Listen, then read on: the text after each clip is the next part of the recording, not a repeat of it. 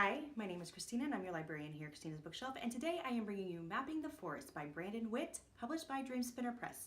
This book is already out, so if you like my review, you can just skedaddle over to Dreamspinner or Amazon and click it and go, because it is great. Two main characters are Gabe Rice and Luis Martinez. What Gabe taught me in reading this book was a surmountable amount of patience. If anybody truly knows me, that is something in my life I am lacking. Like, I have an extremely short fuse. Gabe brought to the table was just an absolute presence of just patience and calm and kind of serenity. I really enjoyed reading his portions of the book. Brandon writes back and forth between seeing Gabe's point and Luis's point, which I'm one of those people that just absolutely loves getting both people's point of view on things. And so being with Gabe, I was able to kind of see him work and flow. And as I said, he's just calm and just showed me what you can do with a little bit of patience. And for those of you that know me personally are like, yes, she's learned. Yeah, maybe. Let's not get overboard here. The reason he taught me so much patience was because of Luis. Luis is a very broken man when Gabe meets him. He is a former therapist. He 2 years ago lost his husband in an accident, and he's just broken.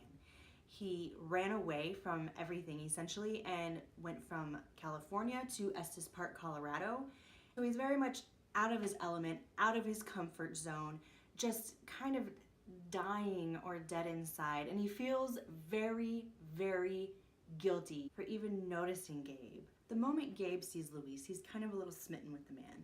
The moment he hears him sing, he's kind of in love with the man. Gabe being who he is and Luis going through what he's going through, they do not come together very easily. And when they do finally kind of come together, it's the most awkward moment. But once again, we're getting both sides of the characters' points of view, so we get to see why we have this awkward moment, and we get to see the reactions from both from the awkward moment and how we move forward from this to our ending. We also have some wonderful side characters that Brandon has brought us in this book. We have Jordan, who is Gabe's best friend, and they both work as park rangers. Kind of getting that. They have a common factor there, that their boss is seriously one of the biggest assholes I've ever met. And I don't know how many times I just really wanted to stab him. Also, there's this wonderful lady who owns a bookstore and also happens to be Jordan's grandmother, and she is an absolute hoot.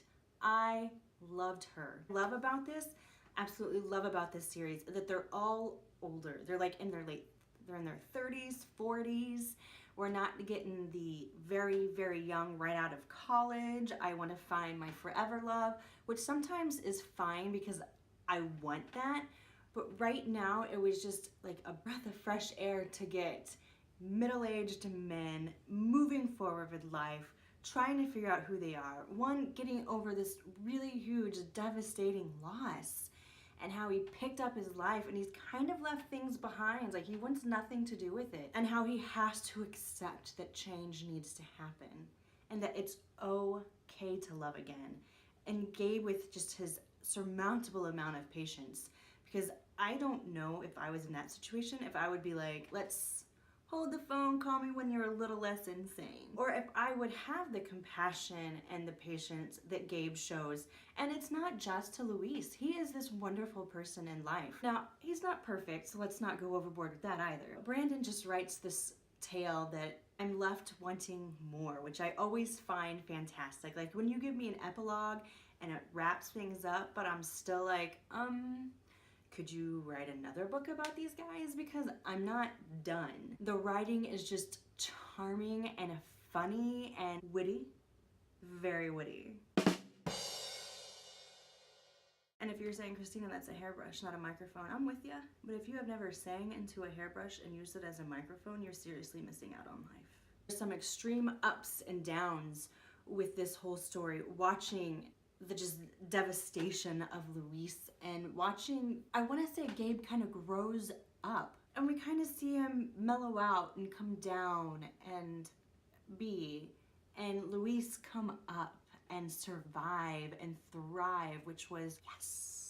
Mapping the Forest by Brandon Witt, published by Dreamspinner Press, is out now. As a favor from you to me, I'm going to ask that you go to Dreamspinner's site, make yourself a profile, and buy the books from them. They constantly have these great, amazing deals on their website, and if you already have a profile, fantastic. I understand if you're a huge one-clickaholic and just want to do that and be on your merry way. I will also leave the Amazon link down below for you too. No judgment. If you've enjoyed my video, please give me a like. Help me with that YouTube algorithm. Leave me a comment and subscribe to my channel. I would love to be one of those people that says, look for a review every Monday, Wednesday, and Friday. But we all know that that's not how books released, and that's the magic of the subscribe button, that you will get a notification when I have a new review out for you. If you like me and think this chick is pretty awesome, down below for you, I'm also going to leave my Facebook page and my Twitter. If you have a book or an arc you'd like me to read, I will also leave my email address for you down below. Mapping the Forest by Brandon Witt, published by Dreamspinner Press, 5 stars. Bye. Hi, my name is Christina and I'm your librarian here at Christina's Bookshelf, and today I am bringing you Everyday History by Alice Archer, published by Dreamspinner Press. Alice sent me an email and asked that I review the book for her, and I did.